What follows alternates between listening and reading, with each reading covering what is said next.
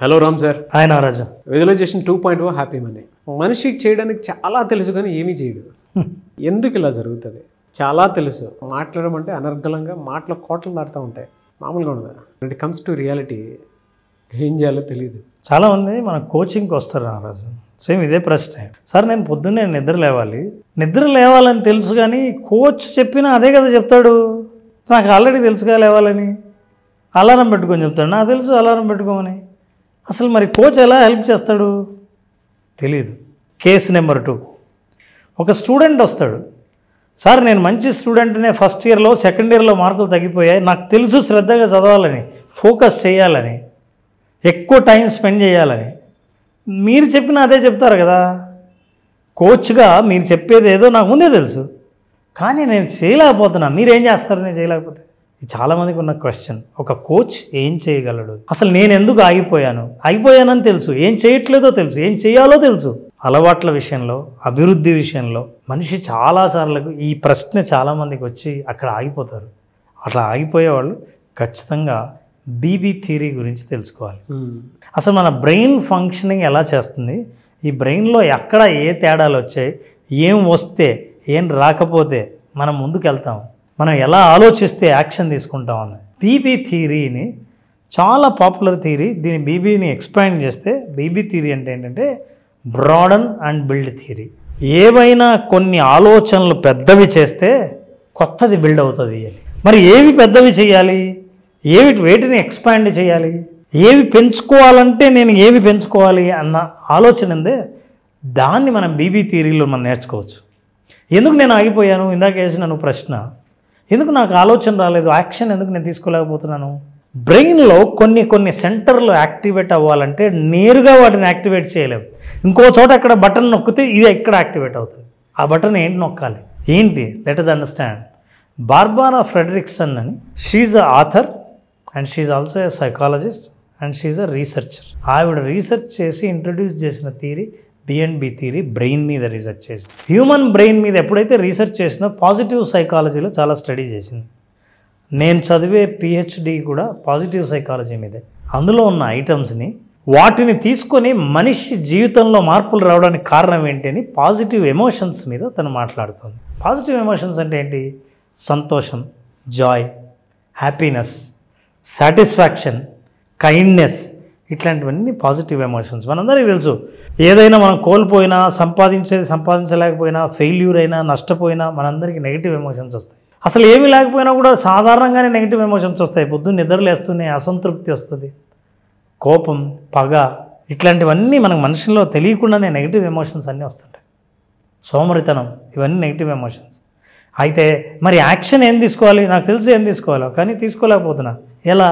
ఇప్పుడు ఈ BB theory మనకి ఏం చెప్తుందంటే, పాజిటివ్ ఎమోషన్స్ని మనం ఎప్పుడైతే స్టార్ట్ చేస్తామో ఇన్వెంటరీగా, అంటే జాయ్, లవ్, కంటెంట్మెంట్, సాటిస్ఫాక్షన్, ఇట్లాంటివన్నీ ఎప్పుడు స్టార్ట్ చేస్తామో దట్ విల్ బిల్డ్. మనం ఇంతవరకు ఏమనుకున్నాం? Broaden and build. ఈ ఆలోచనలు ఏం చేస్తాయంటే థాట్స్ని, యాక్షన్స్ని ఎక్స్పాండ్ చేస్తాయి. అంటే నా ఆలోచన నేను ఏం చేయాలనుకున్నానో, యాక్షన్ తీసుకోవాలనుకున్న వాటి పట్ల అవగాహన పెంచుతుంది. ఎప్పుడు నేను సంతోషంగా ఉంటే. For example, Naraju successful, Brahmanda viewership పెరిగింది, ఎపిసోడ్ చాలా బాగుంది, పదా ఇంకో చోటు పోయి అక్కడ షూట్ చేద్దామంటే, ఇందాక నేను చెప్పిన సక్సెస్ న్యూస్ నిన్ను మోటివేట్ చేసి పాజిటివ్గా నెక్స్ట్ అక్కడికి కూడా వెళ్దామని అలసట ఉన్నా సరే అక్కడికి రావడానికి ఇష్టపడతావు.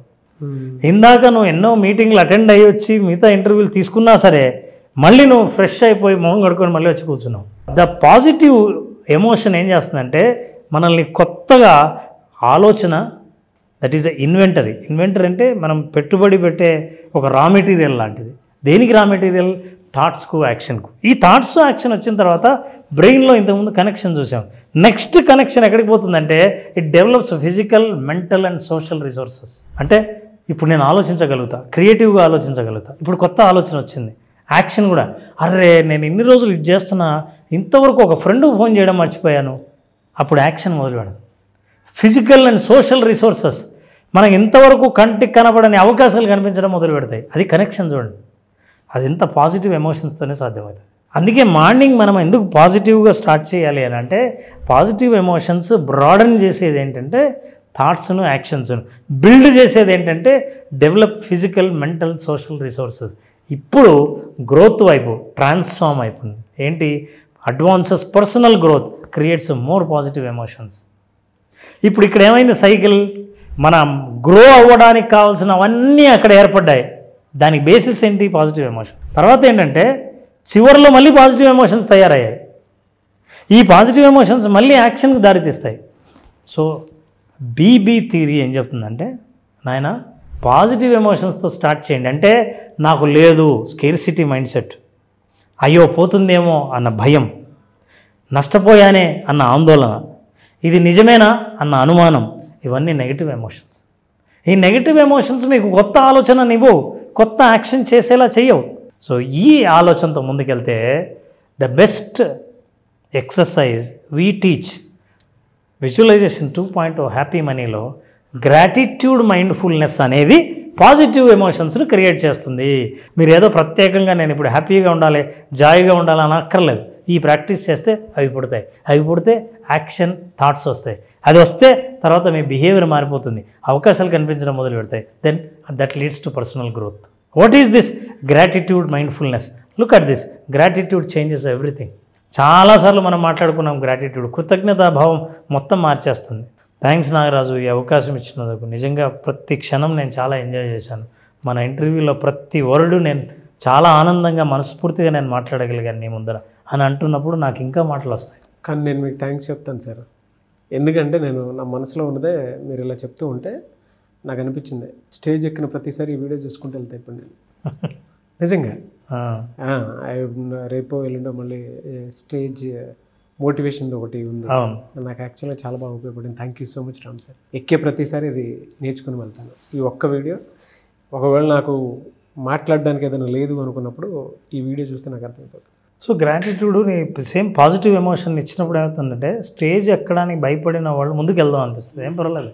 నాకు యాక్చువల్గా కంటెంట్ ఏదైనా చెప్పాలి అనుకున్నప్పుడు కొన్నిసార్లు మనం నోటికి ఏది వచ్చినా సరే చెప్పేస్తూ ఉంటాం. స్పాంటినిటీ ఫ్లో ఒకటి ఉంటుంది. లేదంటే ఆడియన్స్ని చూసి ఎంగేజ్ చేయడానికి మాట్లాడడానికి అవకాశం ఉండేలా ఉంటుంది. ఫస్ట్ టైం కొన్నిసార్లు తెలియకుండా ఏదైనా మంచి చెప్దాం అనుకునేటప్పుడు మాత్రం వీడియో చూసి వెళ్తాను సార్. అంత బాగా ఉపయోగపడింది. గ్రాటిట్యూడ్ నేను మీకు తెలియజేస్తున్నాను, వీడియో ముఖంగా, ఆడియన్స్ ముఖంగా. Thank you so much Ram sir. Thanks Nagaraju. నేను కూడా ఐ రెసిప్రోకేట్ ద సేమ్. నాకు కూడా అదే కృతజ్ఞతా భావం ఉంది నీ పట్ల. ఈ గ్రాటిట్యూడ్, ఇప్పుడు మనం గ్రాటిట్యూడ్ మాట్లాడుతున్నప్పుడు నువ్వేం ప్రాక్టీస్ చేసావో తెలుసా? మైండ్ఫుల్నెస్. అంటే నీ దృష్టి కేవలం ఆ స్లైడ్ మీద ఉంది. నీ ఆలోచన అంతా గ్రాటిట్యూడ్ మీద, కృతజ్ఞతలు ఎందుకు చెప్పాలా అన్నది నీ దృష్టిలో నేను మాత్రమే ఉన్నా. ఇదే mindfulness is not difficult, we just need to remember to do it, that's all. అది గుర్తొచ్చింది చూశాను, గుర్తొస్తూనే గ్రాటిట్యూడ్ చెప్పేసి. సో గ్రాటిట్యూడ్ మైండ్ఫుల్నెస్ కాంబినేషన్ చాలా అద్భుతమైన కాంబినేషన్. ఇది పాజిటివ్ ఎమోషన్స్ని క్రియేట్ చేస్తుంది. దీనికి కావాల్సిన ఒక ఎక్సర్సైజ్ చెప్తాను. ఎవరైనా సరే, సార్ మేము గ్రాటిట్యూడ్ చాలామంది మేము రాస్తున్నాం, రోజు జర్నల్ రాస్తాం, గ్రాటిట్యూడ్ చెప్తాం, ప్రాక్టీస్ చేస్తున్నాం, ఫర్గివ్నెస్ చేస్తున్నాం, ఇవన్నీ చెప్పే వాళ్ళకి నేను ఒక చిన్న టెక్నిక్ చెప్పవలసి. చెప్పండి సార్. గ్రాటిట్యూడ్ మైండ్ఫుల్నెస్ రెండు కలిపిన టెక్నిక్ ఒకటి. చెప్పండి. చాలాసార్లు ఇది రెండు సపరేట్గా చేస్తుంటాం. మైండ్ఫుల్నెస్ అంటే గుర్తుకు రావాలి అది. అందుకే చాలామంది స్టడీ చేశారు. గుర్తుకు రావడం అంటే ఏంటి? నేను ఎక్కడెక్కడో విహరిస్తున్నాను ఆలోచనల్లో, అన్నిటినీ ఇక్కడికి తీసుకురావాలని గుర్తుకొస్తే మైండ్ఫుల్నెస్. కానీ మైండ్ఫుల్నెస్ గ్రాటిట్యూడ్ ఒక్కసారిగా చేయాలంటే ఏంటంటే, ఈసారి ఎవరైనా పాజిటివ్ ఎమోషన్స్ని ఆన్ ద స్పాట్ సృష్టించుకోవాలంటే the best technique is you have to write like this. I will tell you there is a method. Gratitude journal రాసే ముందు first sentence starts with I am grateful for అని దేనికో ఉంటుంది కదా. For example, what you have to do is that I am grateful for my house రాశారుగా. ఇంతవరకు అందరికీ తెలుసు. ఇక్కడి నుంచే నేను చెప్తున్నాను. ఇంతవరకు మీరు ఏం చేశారు? గ్రాటిట్యూడ్ని మాత్రమే ఎక్స్ప్రెస్ చేశారు. I am grateful for my house. దాని తర్వాత మీరు చేయాల్సింది ఏంటంటే, మైండ్ఫుల్నెస్ కోసం యూ హ్యావ్ టు డ్రా, బొమ్మ గీయాలి హౌస్. మీరు పెన్నుతో దాని పక్కన హౌస్ను రిప్రజెంట్ చేసే పిక్చర్ మీరు ఎలా డ్రా చేయగలిగినా సరే డ్రా చేయండి. సార్ మేము ఇంత బాగా డ్రా చేయలేమండి, మీరు ఏదో చక్కగా బ్రహ్మాండంగా చేశారు, ఏం అక్కర్లేదు, ఇట్లా గీయండి.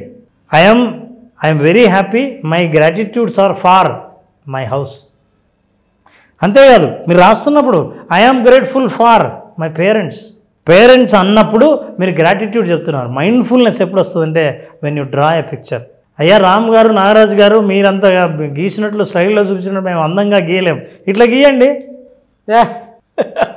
You draw this mother and father. Me parents గుర్తుకు రావాలి, మీ పేరెంట్స్ని చూస్తారు. గీస్తున్నప్పుడు మీ పేరెంట్స్ గురించి ఆలోచిస్తారు. మీ హెడ్ గీస్తున్నప్పుడు, డ్రెస్ గీస్తున్నప్పుడు, కాళ్ళు చేతులు గీస్తున్నప్పుడు your mindfulness you're practising. Gratitude with mindfulness. Okay, so I'm grateful for my money. Money అంటే మళ్ళీ ఇది గీయండి, ఇది ఇంకా ఈజీ కదా. ఇది కాకపోతే మీరు ఊరికే కాయిన్స్ గీయండి, అది మీకు మనీ అని అనిపించేది. So Naraj, this is a great technique. మనం ఇందాక మాట్లాడిన బ్రాడన్ అండ్ బిల్డ్, మీరు దీన్ని బ్రాడ్ చేస్తే గ్రాటిట్యూడ్ ప్రాక్టీస్ని జర్నల్ రాస్తున్నప్పుడు బొమ్మ గీయడం, you are building positive emotions. Positive emotions కొత్త అవకాశాలను కనిపించేలా చేస్తుంది. కొత్త అవకాశాలు ఎప్పుడు కనిపిస్తాయో మీరు కొత్త యాక్షన్ మొదలు పెడతారు. కొత్త యాక్షన్ ఎప్పుడు మొదలు పెట్టారో కొత్త జీవితాన్ని మీరు చూస్తారు.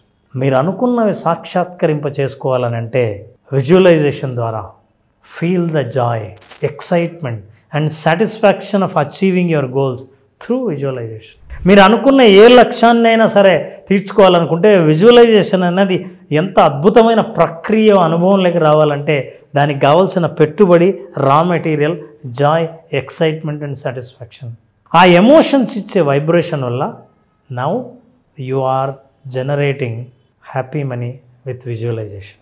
Yes, see the happiness on the face, you will understand what is happy money. So మన ప్రోగ్రాంలో ఎవరైతే మనీని, హ్యాపీనెస్ని బ్యాలెన్స్ చేయాలనుకుంటున్నారో, ఏది దేనితోనూ కొనలేము, ఇది సపరేట్గా మనం సంపాదించాల్సిందే అని ఎవరైతే నమ్ముతారో, విజువలైజేషన్ 2.0 హ్యాపీ మనీ అద్భుతమైన మార్గాల్ని, అద్భుతమైన ప్రాక్టీసెస్ని నేర్పించడంతో పాటు people are all extremely happy after our programme. అంటే మనీ, విజువలైజేషన్, హ్యాపీనెస్ రెండో ఒక చోట దొరకడం చాలా కష్టం. Yes, that they are getting to achieve the goals, to make overall balanced life. No words and So broaden and build. ప్రతి ఒక్కరూ వాళ్ళ మానసిక స్థితిని ఎలా ఎక్స్పాండ్ చేసుకుని చూడాలి అనుకుని చెప్పడానికి బెస్ట్ ఎగ్జాంపుల్ అదే.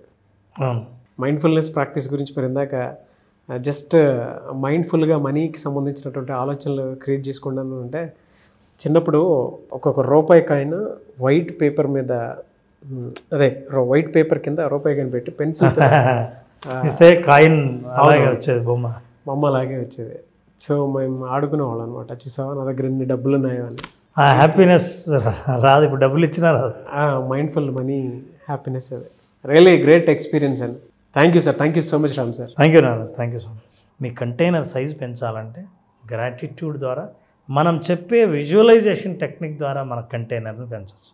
అది అర్థం చేసుకోవాలంటే 9వ తేదీ ఆగస్టున జరిగే అద్భుతమైన హ్యాపీ మనీ అనే 5 రోజుల ప్రోగ్రాం అటెండ్ అయినప్పుడు అసలు ఎవరి కంటైనర్ సైజ్ ఎంత ఉందో వాళ్ళకి స్పష్టంగా అర్థమవుతుంది. ఆ కంటైనర్ పెరుగుతున్న ఫీలింగు, ఆ ఎమోషన్ను అనుభవంలోకి తీసుకొస్తారు. అది అర్థం చేసుకోవాలంటే హ్యాపీ మనీ ఒకటే మార్గం.